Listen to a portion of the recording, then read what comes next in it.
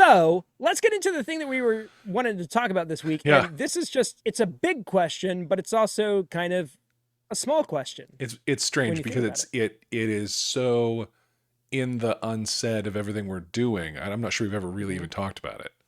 Yeah. Yeah. It was a great email. And It was a great email. so this came in from Chuck. Just Chuck. The email, yeah, just Chuck Yeah. is how Yeah. 2 words. it was Just addressed. Chuck. Yeah. So Chuck was asking a lot about last week's episode. He was specifically kind of really into what Dan was talking about around being on a stool versus standing, Yeah. and then the live stream or the live acoustic solo karaoke. Man, everybody wants to know about this. I Like know. you Yeah. really need to get it out there and start All sharing right. what you know, because this is clearly a thing that Well, I've been thinking folks want to know about. here's what I'm thinking about. I did, of course, register the domain name liveacoustickaraoke.com Hey. about like building a franchise model around it. Because I Hmm. have a set list or a song list that's big enough that a player could probably find a couple hundred songs that they know, and I got a system, a tech system for people to use. So I have a vague thoughts about building a business around it at some point. But yeah, up until then, free advice is available from me. Coverbandconfidential at gmail.com Yeah, if you want to know more about the potential business prop that Dan's got going on. there you go. Looking for early But early investors, yes, or I guess pilot program beta testers. franchisees. There you Yes, go. all of those words Yeah, as well. yeah, businessy words. But so in Chuck's email, he mentioned Dan being on a stool, Dan's solo acoustic karaoke, but then he dropped Oh, this particular so, paragraph, so and it was good, just so good. too good not to talk about. And he goes, I feel like you might have addressed this in an earlier episode. Why do we do this? Gigs like last night's make me question what the heck I'm out here for. Yeah. I'm not an artiste, I'm a covers guy. I don't feel like the world needs to hear what I have to say, and I like the money, but I don't need it. Parentheses, I just spend it on more gear anyways. Yeah. I guess it's because the good gigs can be really good. Love the show. Keep up the good work. Just Chuck. But I mean, it it really gets to the crux of Yeah. everything, really. Yeah. Why do we do this? Why? What do we subject ourselves to? Yeah. And there's every reason for us not to do this, to be clear. Oh yeah. The world did not wake up and say, you have to do this. I mean, I'm not only that, but like what you and I are doing right now, why? like providing Yeah. input, Oh my God. opinions Yeah. about this work. Yeah. Nobody asked for that. No. Nobody. No. And then what it takes to do it. I mean, Chuck's gig last night, mine yesterday, it's like, I'm going to stand in the sun unprepared. That's on me. But for however long it is, in that case, it was an hour and a half, because that's about how long the trivia, people have attention span about that for the trivia I've found. This particular group that I do it for, I'm going to say some things here, and I just want that to be heard in the context of I love them very much. I love them very much. It's my third private party with them. I've become a tradition at their parties. Like, they're great, but man, are they a lot. They're very competitive human beings. So when there's a competition on the line, there's no prize, there's no, there's nothing. They're very competitive and very elbowy in front of each other. And, at the Christmas party, I was just standing on the floor with a mic, and the way that the trivia is set up, they all have hand percussion instruments to like ring and get my attention, and they were right up in my face. I mean, right Yeah. here. It was overwhelming. It was a lot. And so on the party yesterday, the boss had a roll of blue like masking tape, and she like masked off an area across a pair of doors that I was behind. It was like, okay, this is the stage. There's no she taped me off a safe area, Wow. but they were still kind of climbing over it, and like, it was a lot, and I love the energy, but it was overwhelming. Could be overwhelming, and if it wasn't, I never got there, but I could see some performance feeling actually threatened Sure. by that. That on top of, I'm loading into a backyard. It's like a stepstone path, so my cart doesn't work. So I got to take 5 trips with all my junk. I got heat and sun and pool happening over there, and like all of the physical realities of the thing. the pay makes it worth it, I suppose. But like, yeah, I'm really with the question. Like, why, why do I do this? What's this? Why would I put myself through all this? You know, I think about Yeah. the things I want to add to my show to make my 80s brand happen. And it's a lot of things. And I have a long to-do list to deal with. And like, why? Why would I do that? It's a really good question. Just Chuck. And I feel like we definitely have danced around this topic previously in other, I guess, coming at it from other angles. Yeah. But I think Chuck is actually like he's got the whole question and answer Yeah. in that Yes. deal. And it is 100% because the good gigs are so good, Yeah. you know? Yeah. Yeah. Because I think that I mean, it's so easy for us to go through and like talk about all of the bad gigs that we've had, but this year, just this year, I've had enough great gigs to be like, yeah, no, I'm in. Yeah. I'm bought in. This is great. Yeah. Yeah. And the And fact it that is so easy to talk yourself out of it, you know? it really is. It really is. The fact is, for me, bad gigs where there's no redeeming factor to it are so rare. So Yeah. rare. Almost never happen. I mean, and it's rare enough that they're a story. You've heard, I think, all of mine many times at this point, Yeah. compared to all of the ones that are just like kind of an average gig, which means there was some really great times in it. I'm reminded of when I played golf. You know, maybe in a round you hit a couple really great drives, and you're like, oh, okay, that's Oh why. yeah. You know, and then the fact that you chip over 3 times, 6 putt, like, you know, even that at the end of the day, you're like, yeah, but boy, that, you know, that one on. The last time I played golf, we went to a course that we had no business playing at.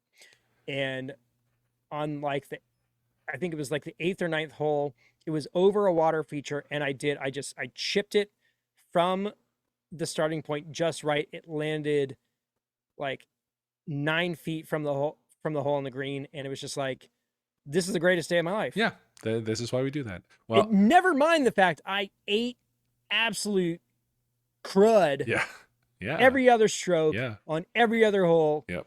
before that and after that. That one hit, Aaron Tuning, who's a local guy in Atlanta, there's a TikTok video where he's like, I don't think golf is for me, and he hits like the perfect shot, and he's like, I'm going to spend the rest of my life chasing after this. That's right. And they're like, Yes, yes, that's what it's like. And it's the exact same thing with gigs. exactly, I will exactly. say this though, the likelihood of you hitting a good swing at a gig is exponentially higher Oh yeah, than yeah, yeah. you Well, hitting it down the fairway on a yeah, freaking and golf course. what there is to rehearse, what there is to do and prepare is all like way clearer to me than how to, you know, the 100%. minute adjustments of golf. Like, it's all very, I mean, Oh, and part of why that's, well, part of why I don't golf anymore is how opaque that all was. Like, it seemed right. like I would make a small adjustment that would have utterly random outcomes that are divergent in totally strange ways from my normal utterly random outcomes. Yep. Yeah. Yeah. I've become a mini golfer much more than anything else. Big time. Yeah. Anyways, it is that. It really is like that moment of it all comes together. The band does something cool that was unrehearsed, but just drops out of all of us at the same time, or the way the crowd is responding is really energetic and really empowering. That's really the thing with this gig with these this interior design firm. As much of frankly slog as it can be, the way they react to me, the way they're engaged with me, like that's the best. That's why I do this whole Yeah. thing, is because of that energy, performer to audience energy. That's not, I don't know of it anywhere else but on stage. Not just music, but other places. But there really is like a performer to audience reciprocity of energy Yep. that when I think about it, that's the bottom line of why I do it. Yeah. And I was trying to think of like the last bad gig I had. And, you know, we talk a lot about like, oh, we're playing to nobody, or like the crowd's not into it. And the one that jumps out was last year I did a solo acoustic thing because it was just kind of like I was doing a favor for a friend who books this particular venue. It was a weeknight, just run of the mill, ordinary stuff, and there wasn't anybody there. And that was the night where I just was like, in the second stream was like, screw it, I'll stream it to TikTok, just, For you fun. know, maybe somebody will pick up.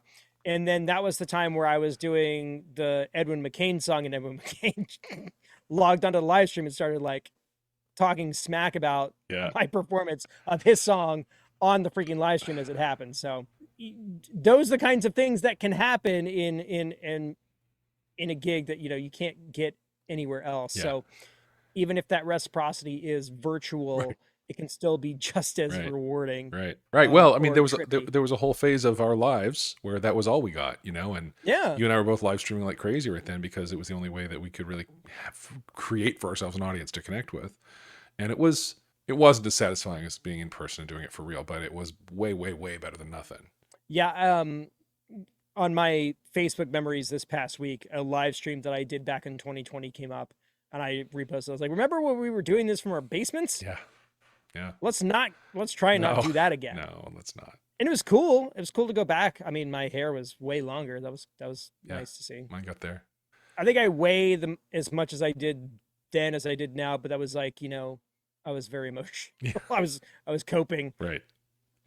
At this point, it's just been 4 years, and just, you know, time has done that on its own Yeah. side. But yeah, I think you're right. I think you know, ultimately we do it because the prospect of something amazing happening is so much higher than the prospect of something like horrendous happening. Yeah. It doesn't mean that it's not possible or plausible, but like the likelihood of something cool happening is always going to be there. Yeah. If not 50-50, probably higher the prospect of something cool happening, Yeah. you know? Yeah. And you know, the more you do it, the better you get at making the cool thing happen, even when the room's against you or the audience is stacked against you or whatever.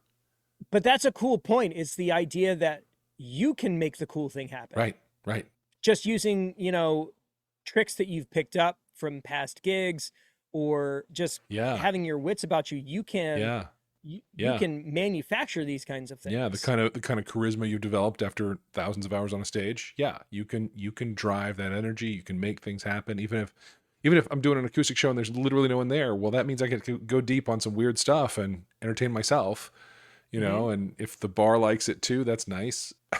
You know, I like entertaining bartenders when I don't have other people to entertain. That's fine. Oh yeah. So yeah, but it's always in your hands in a way that's really.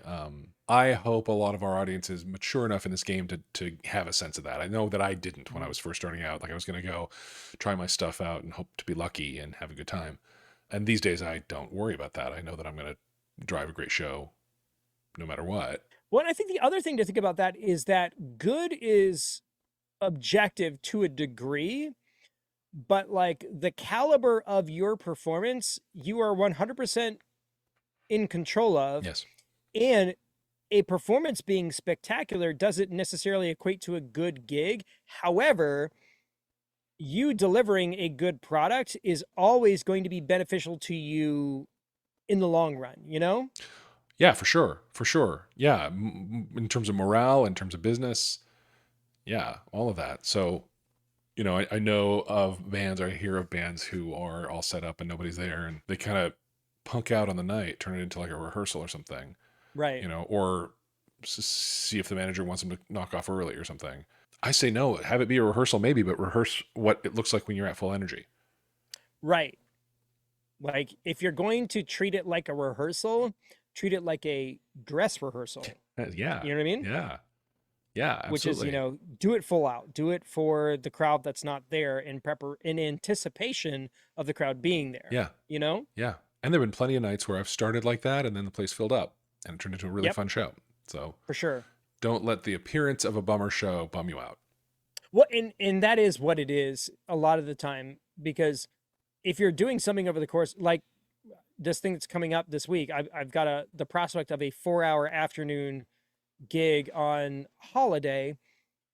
I'm not going to go into it going, all right, I'm expecting this, and this, or I'm anticipating this, and this. Go into it without any sort of preconceived notions and just be there, just be present. Yeah. Because where it starts is very rarely where it ends. Yeah. And your attitude really determines the caliber of whatever it is that's about to happen. Yeah. So if you go into it with a bad attitude, guess what? If you go into a gig thinking it's going to be a bad gig, your attitude and actions will 100% guarantee the possibility that the bad gig happens. So that's You right. know what I mean? That's right. It is absolutely a self-fulfilling prophecy. And especially around acoustic shows where you've got such freedom to pivot and, find your way through what the crowd's responding to and what they aren't. And, oh, that had some uptake. Let me do more of that. And, just navigating through that relationship between you and the crowd. It's all in your hands. There's no Yeah. band to get, if I had to make some big on my feet pivot with my current project, my repertoire is pretty limited with them. We've got a lot of songs we do, but it's not as wide open as I could be acoustic. Sure. And it's going to be like that. Then the more engineering you have around your show, your show's pretty much on rails. If you had somebody who, my parents died in the 80s. I hate that decade. I don't know, something. They were like against it. I don't know. No, I'm trying to think of that perspective. You're playing a gig and it's like, I hate this. I know. Can you imagine hate you. the 80s are the worst? How dare you? That's right. No, but listen, I have played that gig, all right? I actually have, and my ability to respond to it was not strong because I didn't have much else to go to. And I think the more nimble your show, the more freedom you have to do that. And certainly solo acoustic is the peak of nimbleness. So, yeah, just gotta be ready to just be there, be present, be with the audience, meet them where they are, but also take them where you're going. I think that's all part of it. When you said that, I heard you say nippleness, and I was trying to Oh, picture in my mind's eye what that would look like. What? Yeah, that's not what I said. This is just this is where the wheels come off. I'm glad it's not what I said. It's not what I said. Yeah.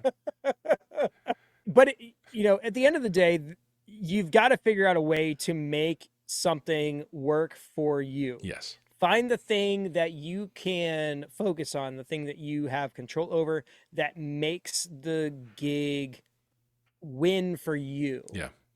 And it's not going to always be the same thing. Sometimes it's going to be, this is the reaction I got from the crowd, and that is the thing that I received as a reward. Other times it's going to be, I played my ass off, or I sang my ass off, and that was the reward. Yep. And that's the gratifying thing. Gratitude can happen in any circumstance based on your ability to recognize it and focus on it. Yes. So when you find yourself in a situation where you're just kind of not feeling it, or the crowd's just kind of meh, try to figure out what you can lock in on, that you can be proud of, that you can be grateful for, that you can tuck into your pocket as you walk away from that situation as a win. Yeah. And go, this thing went really, really well, and that's good enough for me. Yep. Yeah, and by the way, sometimes it's okay if sometimes that's the money. Sure. That's okay. Money's great. We like money. I mean, in my situation, I got, a text, and they're like, hey, do you want to make $300 plus tips on July 4th? And I was like, well, I mean, I guess so. Sure. And so if I show up and I play from noon to 4, and then I go home and all I have to show for it is $300, $300 is pretty good. Yeah. That's a pretty good deal. Yeah. I ain't mad at that. No, so you take it. Heck so, yeah. But listen, we're really in this kind of headspace, this kind of thought process, this kind of procedural focus around what it is that we appreciate, what it is that we can benefit from. Put this junk on paper, sit down, write down the potential things that could go right, that could be a win for you before you step foot out of your house. Yeah. And just use that as a way to kind of visualize what you've got coming up, what you can latch on to. The power of manifestation, the power of visualization is just, it's hard to put into words. It's hard to quantify how beneficial those things can be. So if you find yourself like Chuck has been, where it's just like, why am I doing this? Yeah. If you're in that headspace before you start, open up notes on your phone. If you've got a pad and paper in your car, just think about it. Go through the exercise of just writing down the things that you think would be beneficial or would make this feel like it was worthwhile, and just try your best to latch onto one of those things. Yeah. Yeah. It's important to do that in advance, in as much as that sets your attitude in a context that is conducive to producing those things. That's first. Second is, having codified all that stuff, having like captured it and written it out, you're more likely to notice it in the moment when it's happening, right? I mean, 100%. I don't know about you, but when I'm in that, I'm focused, I'm present, I'm in that flow state. Like, I think I have a theory that that mental state is not conducive to memories being recorded. Because at the end of a gig, I'll be like, "What the hell happened? I don't even know. Like, did I play that? I can't. Like, Right, I but you're can't quite in that remember." right, but you're like in the moment, you're Because like, you're in I'm the moment. doing Yeah, this. you're so in But the. Yeah, you're present and you're like, I am executing. yeah, I am yeah, operating at a high level. This is yeah. exactly it, Yeah, you know? and if in that moment that thing happens in the room that's like, oh God, yeah, I love that. If you've thought in advance about, that's one of my things, it's one of my why I'm here for, is you actually have the opportunity to be grateful for it in the moment and afterward in a way that's totally different from just like, yeah, that went pretty good. Yeah. So yes, it's good advice. Write down the list of things that go right that make it worth it for you. And this kind of just ran through my social feed this past week. This Nikola Tesla thing, where it's kind of like a manifestation visualization thing, where it's called the 369 rule, Hmm. where it's a goal setting kind of deal where you get like a piece of paper or whatever, and you write the thing that you are looking towards, or the thing that the goal that you're aiming for, and you write it 3 times first thing in the morning, you write it 6 times during the middle of your day, and you do it 9 times before you go to bed, and you do this over and over again. It kind of changes your consciousness or subconscious to move towards those objectives and get those things. I am, as new agey and as woo woo as that feels, I 100% attest to those kinds of things, Yeah. because a lot of what we perceive as success is subjective. Yes. It's based on our perception. It's the thing that we decide is or isn't significant. So if there is something that you want to achieve, even if it's literally the gig that you've got coming up this week. You can do this from Monday until Friday. The gig happens on Friday. And I guarantee that whatever it is that you are focused on, you will find a way to make that happen and for it to be the win that you get. Yeah. Yeah, well, and it's not even woo woo, really. I mean, it's what other levers and dials do you have on how you are going to see the world, see yourself, organize your thoughts, organize your feelings. How are you going to aim yourself at that, short of aiming yourself at that? It's actually not Mm-hmm. complicated, It's not. I don't know. It's dismissible because it seems like there's not it seems on its face like there's not a cause and effect relationship there, but there absolutely Right. is, because Yeah. you're the relationship, right? You're setting yourself up to be that which can win in that environment. Yeah, I think it's really important stuff. And it is outside of the realm of the I show up, I do the thing, I pack up, I go home. Yeah, totally. But the level of intention that you can put in, and honestly, the amount of effort that you put into it is not much more That's than right. what you would do normally. That's right. It's just putting your head in the right space to appreciate it. Yeah. Yeah, and I think a lot of people, when you've done that work, it's automatic for you to be that which is producing the outcome you want. And so it doesn't Hmm. feel like you did anything. And so it feels like you asked the universe and it answered or something. Right. And maybe, I don't know. I don't know. I've never met the universe. I can't tell you what that's doing. But I know when I've done that work, like I just there am being that which is going to succeed. And it's just Yeah. automatic that my actions and thoughts and feelings and attitudes and conversations I have and everything else is just going to align with that, because it's how I'm being. And Hmm. so it feels really easy and natural, and like I didn't do anything, but I did. I did a lot of work to set myself up to be that way. Well, and that's the other thing, is that the thing that you just described as it being effortless requires you to do a lot of work on the front That's end. right. That's right. And it is a discipline. It's a thing that Yes. can come and can go, Yep. and you can absolutely gain it and lose it just like that. Yeah. Yeah. So as long as you are willing to kind of put your head in the game for those specific things, then you can get what you're after. Otherwise, you are just kind of left to the whims of external stimuli, Yeah. really. Yeah. then you come home and your wife says, "How did it go?" And you say, "Pretty good." or terrible or Yeah, whatever, however it you know? went, right? The question, how did it go? It becomes a sensible question versus like, how did you have it go? Which isn't a question we ask, but it ought to be. Yeah. It's so interesting because like the question of why do we do this turns into how do we Yeah, make yeah, how do we manifest our own success, right, you know? right, right. I mean, you set this It's up really so well. It's like a fascinating. huge question and also a tiny question, but like it has ripples into the eternal of what we're doing here. Hmm. Yeah, Man, that's heavy, man. I know, That's heavy, I bro. know, I know. So, in short, we do it because the potential for greatness is always there. Yeah, It's always there. You're never more than two steps away from a gig being the greatest night of your life. Here's my a really cool example of this. My buddy Matt, I've known him since high school. We played together since we were kids. He's in this group that I sub for, and Nathan, our drummer, also subs hmm, for pretty regularly. They got the call to do a wedding in somewhere in like it was out of state, hmm. and it turned out that it was for this particular. Well, I know for a fact they ended up doing Tig Notaro's wedding. I don't think it was this particular gig, Wow. but because of this, they ended up doing this wedding, and they just thought it was like a regular wedding gig.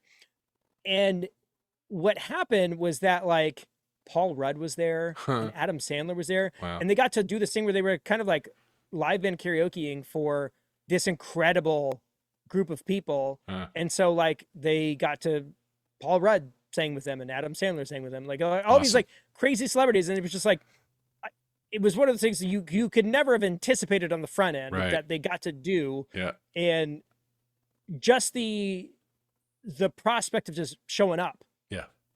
meant that this crazy amazing thing happened. And I remember we did this for St. Patrick's Day gig, and I was like, I'm pretty sure that's the one of the girls from Pitch Perfect was sitting at the bar, and it turns out that it was the girl from Pitch Perfect, and there were a bunch of them there, and we got invited to do like a rap party for like another production. It ended up falling apart because they kept moving the date around, but I was fairly certain it was the Stranger Things rap party. Huh. We just didn't end up it didn't end up happening because Yeah. I remember that. Yeah. production got pushed back and over and over. But just the fact that like we were just in the right place at the right time and something cool happened, Yeah. you know? Love it. And I've got more cool stories than crap stories, you Right. know? Yeah. Way more. Way more. Yeah. So those are the things that you need to focus on. We do this because one, we're the only people who can do it. Like I don't want to like over build up what we do, but like not everybody can do what we do. No. And it's kind of magic. Like we get to we make something out of nothing Yeah. using our skills. Like Yeah. that's fucking cool. Yeah. Yeah. And it's the thing that when we were 12 and sitting in our room twanging on a guitar, we imagined doing, and now like look at us. Here we are. And that's not something most people can say. Yeah. So in closing, we do it because music is magic and we're magicians. Yeah. Yeah. Yeah. We landed. Man, I'm landed. hype. Man, you Dude, landed I'm it. hype. Landed it. That's awesome. I'm so Yeah, hype on this. I know. This is awesome. Yeah, it's beautiful. Yeah. Yeah, there's a t-shirt in That's that it. one. I think there's a t-shirt coming Yep. on that. Yeah, for sure. So Chuck, hopefully that answers your question, but like I'm walking out of this episode feeling better than I did know. walking into it. Yeah, yeah. I'm feeling rad about that. So if there are other no, you know what? We've elicited like gigs from heck type stuff. I Yeah. want you to send us the coolest thing that has ever happened to you because you were playing music at a gig or Yeah. an event or Yes. whatever. Awesome. What is the coolest thing that has happened to you because you're a musician? Email us, coverbandconfidential@gmail.com. I want all of them. I want to hear Yeah. the craziest thing that has ever happened to you because you play music. Yeah. That's what I want to know. Yep. Yep. Because it's And so listen, easy for us to kind of like dump on it. Let me but, just like, add it's to that. important. Let me add one thing to that. If you're somebody who doesn't think anything cool has happened to you because of music, I want you to send us what makes it worth your while, why you do it. Okay. If you don't have a great But story, that's fine. also- Write us about what makes it worth your while. Well, and maybe we should just like next week can just, if the response is solid enough, we'll just talk through all the cool Yeah. things that people have, because I think a lot of this has to do about perception, because maybe you don't perceive something as being a big deal or whatever, but like you hear it from somebody else, you're like, oh, that's cool. And you're like, wait a second, Yeah. that's happened to me. Yeah. And maybe that's just like the self-esteem boost that you need to kind of like, keep you going or whatever. Yeah. Yeah. Haven't thought about it in a while, but I one time had the first chair violin from the Greensboro Symphony. I invited him up to play with us. We were doing it was Hotel California was a song he did with us, and I offered him Taylor's fiddle, and she didn't know I was doing that. I had to clean up later that I gave away her instrument without really running it by her. But she was on fire the rest of the night. She was like, "I'm not letting that punk, whatever." But yeah, right. like first chair in the symphony, soloed over, some Eagles with us. Like that's pretty cool. That's pretty cool. And yeah, there's been plenty of times where I've been playing a gig and like someone cool kind of walked in. I was doing like a solo acoustic thing at a pizza place one time, and Morgan Rose, the drummer from Seven Dust, walked in because he was literally there to pick up his dinner, But that's cool. Yeah. Otherwise, I wouldn't have known. Nobody else would have known. But those are the kinds of things that happen. And I had posted a video on TikTok about this probably like a week or two ago, where people think that the musicians on stage are the entertainment, but what they don't realize is that what we see is exponentially more entertaining than anything that we could do ourselves, Definitely. So think through that. Take some time. Think about the coolest thing that has ever happened to you because you play music or you're in a band, you're on stage or whatever, and send it to us. Cause I really want to share not only primarily just the wins. Like I want to share your win with our audience, because ultimately it will benefit other people to understand like why what we do is so special and so unique and so beneficial, Yep. So we'll just leave it at that, man. Cool. I love it. All right. Thanks so much for tuning in this week. If you were on the live stream, thank you for hopping back on the live stream, because we had a technical issue that the podcast and YouTube audience won't have any context for, but I appreciate you coming back and dropping in. If you'd like to support the show, you can do it in a number of ways, but we'll let Mike go through all of those. And I'll just go ahead and call it for this week. In Atlanta, Georgia, I'm Adam Johnson. In Greensboro, North Carolina, I'm Dan Ray. You've been listening to the Cover Band Confidential podcast for the week of July 5th, 2024.